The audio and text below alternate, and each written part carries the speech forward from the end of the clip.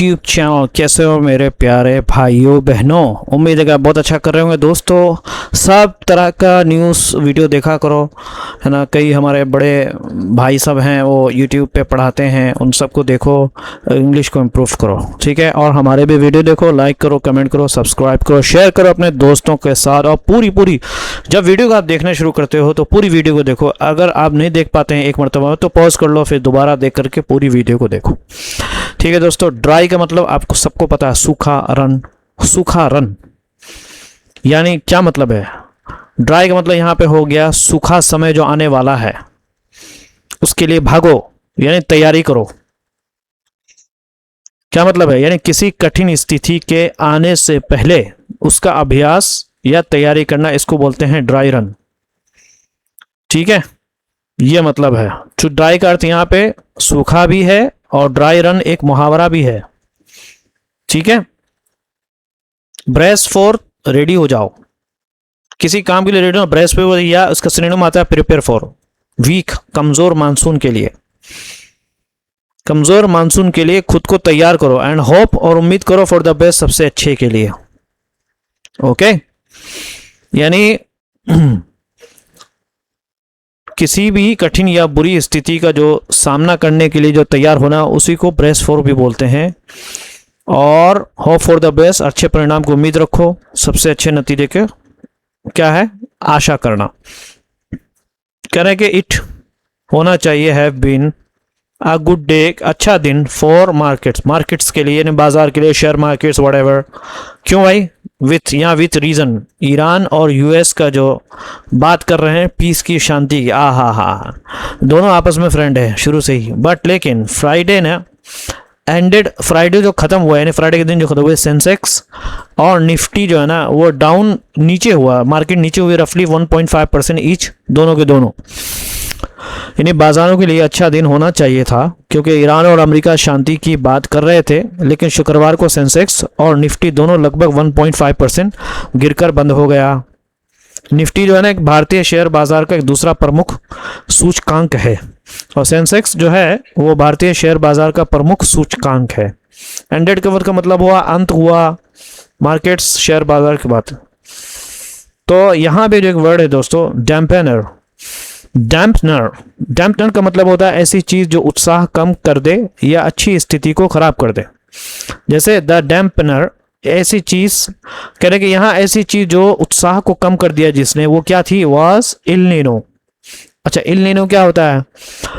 इल Nino जो है जो बड़ा महासागर जो जुड़ा, वो समुंदर होता है ना दोस्तों, उससे जुड़ी जो है मौसम की एक स्थिति होती है जो भारत में मानसून को कमजोर कर सकती है। यानी इससे पहले अगर आपने मेरी वीडियो शुरू से देख, मैं इल नीनो को एक्सप्लेन किया हूं मैं।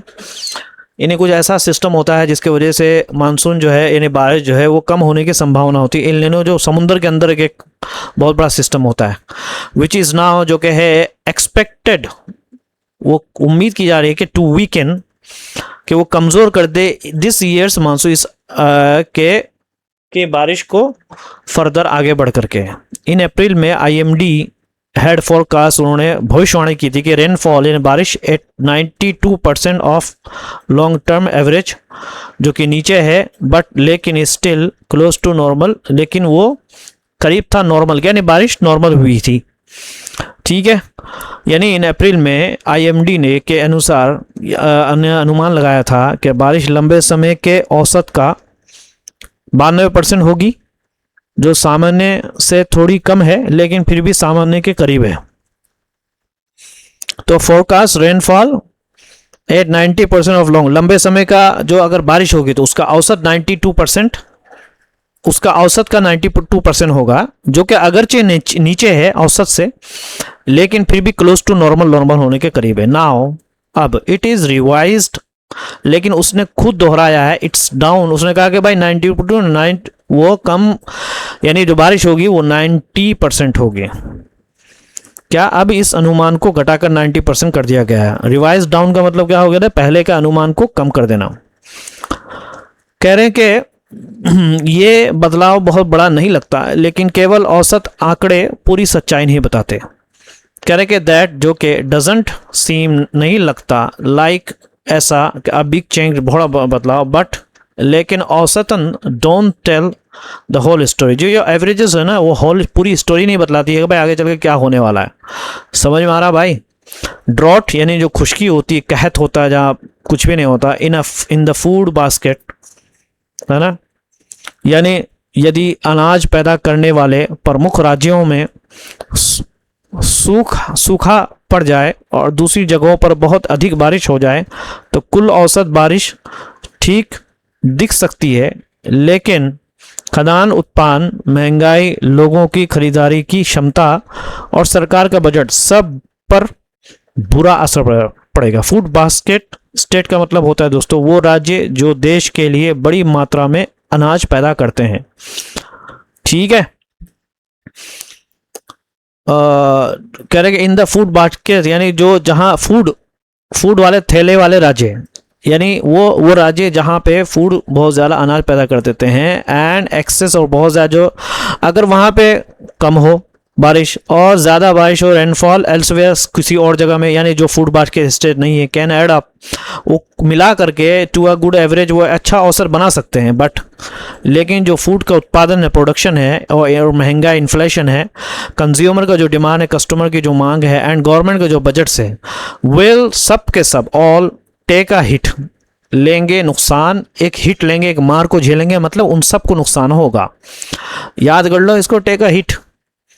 कह रहे कि बहुत बकवास कर रही है तू, it will take a hit, you are talking so nonsense man, your nonsense is gonna take a hit on you, इस तरीके से बोलते हैं। दैट इज वाई, इसीलिए द सीमिंगली स्मॉल क्या है, इसीलिए दिखने में जो छोटा लगने वाला यह 2% अंकों का बदलाव वास्तव में बहुत महत्वपूर्ण है। सीमिंगली मतलब होता है दोस्तों देखने में ऊपर से, बिग डील बहुत महत्वपूर्ण बात। दैट इज वाई, इसीलिए कह रहे सीमिंगली दिखने में छोटा 2% की जो पॉइंट का जो बदलाव है इज अ बिग डील, बहुत बड़ा समझौता है। एंड और मार्केट्स आर नेचुरली वरीड, सही बात है, नेचुरली मतलब यहाँ पे हो गया कि समझ में आने वाली, स्वाभाविक रूप से चिंतित है। वरीड का मतलब यहाँ पे चिंतित, नेचुरली स्वाभाविक रूप से, यानी होना है, मार्केट्स को चिंतित तो होना है। Not only is it looking like the worst monsoon since 2015, सिर्फ ये नहीं, नॉट ओनली सिर्फ ये नहीं कि वो लिख रहा है, लुकिंग लाइक है जैसे कि सबसे खराब बारिश 2015 से। इट कम्स, वो आता है एट अ टाइम, वो ऐसे वक्त में आ रहा है at a time when the Hormuz, जो ब्लॉक हॉर्मुज को जो रुकावट है दोस्तों, हैज पुश्ड, उसने धक्का दिया इंडियन फ्यूल के प्राइसेस को, कीमतों को, टू देयर, उनका हाईएस्ट लेवल, सबसे ऊंचे स्तर पर। अच्छा, मुझे एक चीज समझ में नहीं आ रहा दोस्तों, हॉर्मुज तो ब्लॉकेड हो गया, लेकिन इंडिया तो तेल खरीदा रशिया से ना, तो उधर की वजह से वो तेल कहाँ जा रहा, सबसे बड़ा सवाल ये है। अगर हॉर्मुज से कतर से तेल या गैस नहीं आ रहा तो वहां से भी इंडिया तो रशिया से तेल खरीद रहा है ना। एनीवे, वाइल जबकि डीजल जो है फॉर फार्मर्स, किसानों के लिए इज कॉस्टलायर, कॉस्टलायर मतलब महंगा, पहले के मुकाबले महंगा। गवर्नमेंट की जो सब्सिडी है यानी सहायता है, बिल उसका फॉर फर्टिलाइजर के कुड मोर, वो हो सकता है देन डबल, यहाँ तक के डबल से भी ज़्यादा, जो कि RS 3.8 लीटर दिस ईयर, है ना, अगेन दोबारा बिकॉज ऑफ हॉर्मुज की वजह से। ठीक है दोस्तों, यानी कहने किसानों के लिए डीजल महंगा हो गया है और सरकार का जो खाद है, खाद पर दिया जाने वाला जो अनुदान यानी सब्सिडी है, खर्च भी इस वर्ष बढ़कर 3.8 लाख करोड़ रुपए से अधिक हो सकता है और इसका कारण भी हॉर्मुज संकट है।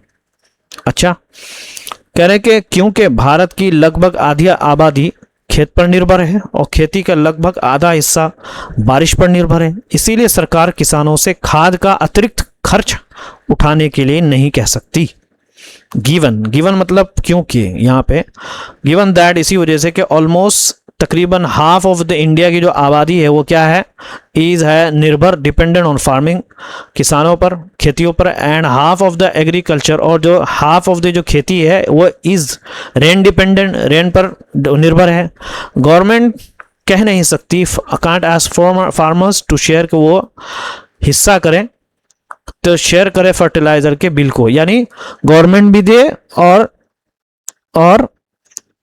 थोड़ा बहुत किसान भी थे, तो ये इसके लिए कह नहीं सकती। तो शेयर द बिल का मतलब यह होता है खर्च का हिस्सा उठाना। दैट विल कह रहे कि इससे सरकार की आर्थिक स्थिति पर दबाव पड़ेगा और बुनियादी ढांचे पर होने वाला खर्च कम हो सकता है। दैट विल स्ट्रेन दबाव पड़ेगा इट्स फाइनेंसेस, सरकार के पैसों पर कर्बिंग और खत्म करेगा इंफ्रास्ट्रक्चर के खर्चों को। एंड और वाइल जबकि द कंट्री का जो खाने का जो स्टॉक्स है आर एडिक्वेट, वो काफ़ी है। हायर बहुत ज़्यादा जो फूड की कीमतें हैं ड्यू टू रिड्यूस प्रोडक्शन, घटती हुई उत्पादन की वजह से विल स्ट्रेच, वो क्या करेगा, स्ट्रेच द बजट का मतलब हो गया दोस्तों बजट पर दबाव डालना, खींचेगा बजट्स को, यानी बजट को हद खींचना, बजट को खींचेगा ऑफ मोस्ट, बहुत सारी फैमिलीज के लिए। यानी हालांकि देश में क्या है, खाद का भंडार पर्याप्त है, यानी काफ़ी है, लेकिन कम उत्पादन के कारण खाद्य पदार्थों की बढ़ी हुई कीमतों क्या है, अधिकांश परिवारों के बजट पर अतिरिक्त बोझ डालेंगे। अच्छा, ये बहुत शानदार है, इसको याद कर लो। फुल ब्लोन, फुल ब्लोन का मतलब क्या हो गया, पूरी तरीके से, क्या हो गया, याद कर लो। फुल ब्लोन का मतलब हो गया दोस्तों पूरा, कह रहे कि it is not a full blown crisis, ये नहीं है पूरा संकट, अभी पूरा नहीं आया, बट लेकिन द सिचुएशन जो स्थिति है डिमांड्स मांगती है डेफ्ट हैंडलिंग। डेफ्ट हैंडलिंग का मतलब क्या होगा, फुल ब्लोन क्राइसिस मतलब होता है पूरी तरह क्या है, विकसित और गंभीर संकट तो नहीं है। ड्राफ्ट हैंडलिंग मतलब होता है कुशल और समझदारी भरा प्रबंधन, ठीक है ना। डेफ्ट हैंडलिंग यानी बहुत ही समझदारी वाली हैंडल कैसे करना है, मैनेज करना, उसको उसकी मांग करता है। सॉरी, सेंटर एंड स्टेट्स, अच्छा कह रहे हैं कि केंद्र और राज्य सरकारों को किसानों पर पड़ने वाली प्रभाव को कम करने के लिए बेहतर तालमेल के साथ काम करना होगा। सेंटर और राज्य को विल नीड, जरूरत पड़ेगी टू कोऑर्डिनेट, अच्छे से काम करें, बेटर, अच्छी तरह। कोऑर्डिनेट मतलब मिलकर काम करना, यानी केंद्र को और राज्य को दोनों को मिलकर के काम करना चाहिए, समझ में आ रहा। टू सॉफ्टन के कम करे द इम्पैक्ट, असर को ऑन फार्मर्स, जो फार्मर पर जो प्रभाव है उसको कम करने के लिए। सॉफ्टन देखिए, कभी सोचा होगा सॉफ्ट लोग यूज करेंगे, लेकिन ये कमाल होता है, जब आप पढ़ोगे बार बार तो आपको समझ में आएगा लैंग्वेज का। यदि ईरान और अमेरिका के बीच समझौता हो जाता है तो स्थिति जल्दी बेहतर हो सकती है ना। यहाँ पे आउटलुक का मतलब होता है भविष्य की स्थिति या संभावना। कह रहे कि जो द आउटलुक यानी भविष्य की जो स्थिति है या आप ये बोले संभावना है, कुड, वो हो सकता है कि अच्छा हो जाए, इम्प्रूव क्विकली, बहुत जल्दी, इफ़ ईरान और यूएस कि मेक अ डील, एक समझौता कर ले, ईजिंग करते हुए, आसान करते हुए दबाव को ऑफ एनर्जी का, ऊर्जा का, एंड फर्टिलाइजर और खाद का की कीमतों का इन अ कपल ऑफ मंथ, कुछ महीनों में। फिंगर क्रॉस्ड, फिंगर क्रॉस दोस्तों ये बहुत ही शानदार प्रोवर्ब है। ऐसे आपने फिंगर क्रॉस का देखा होगा, जहाँ पे दो यानी जो मिडिल फिंगर और जो इंडेक्स फिंगर है ना, वो दोनों को ऐसे मिलाते हैं और दिखाते हैं फिंगर क्रॉस्ड। जैसे आपने विक्ट्री का निशान देखा होगा ना, तो उसी तरीके से फिंगर क्रॉस, यानी ये फिंगर क्रॉस का मतलब यहाँ पे मतलब ये होता है कि अच्छे परिणाम की आशा करना, या खुदा करे कि सब ठीक हो, उसको बोलते हैं फिंगर क्रॉस। चाहे नया तो चैनल को ज़रूर सब्सक्राइब करिए। Thank you so much, have a good day.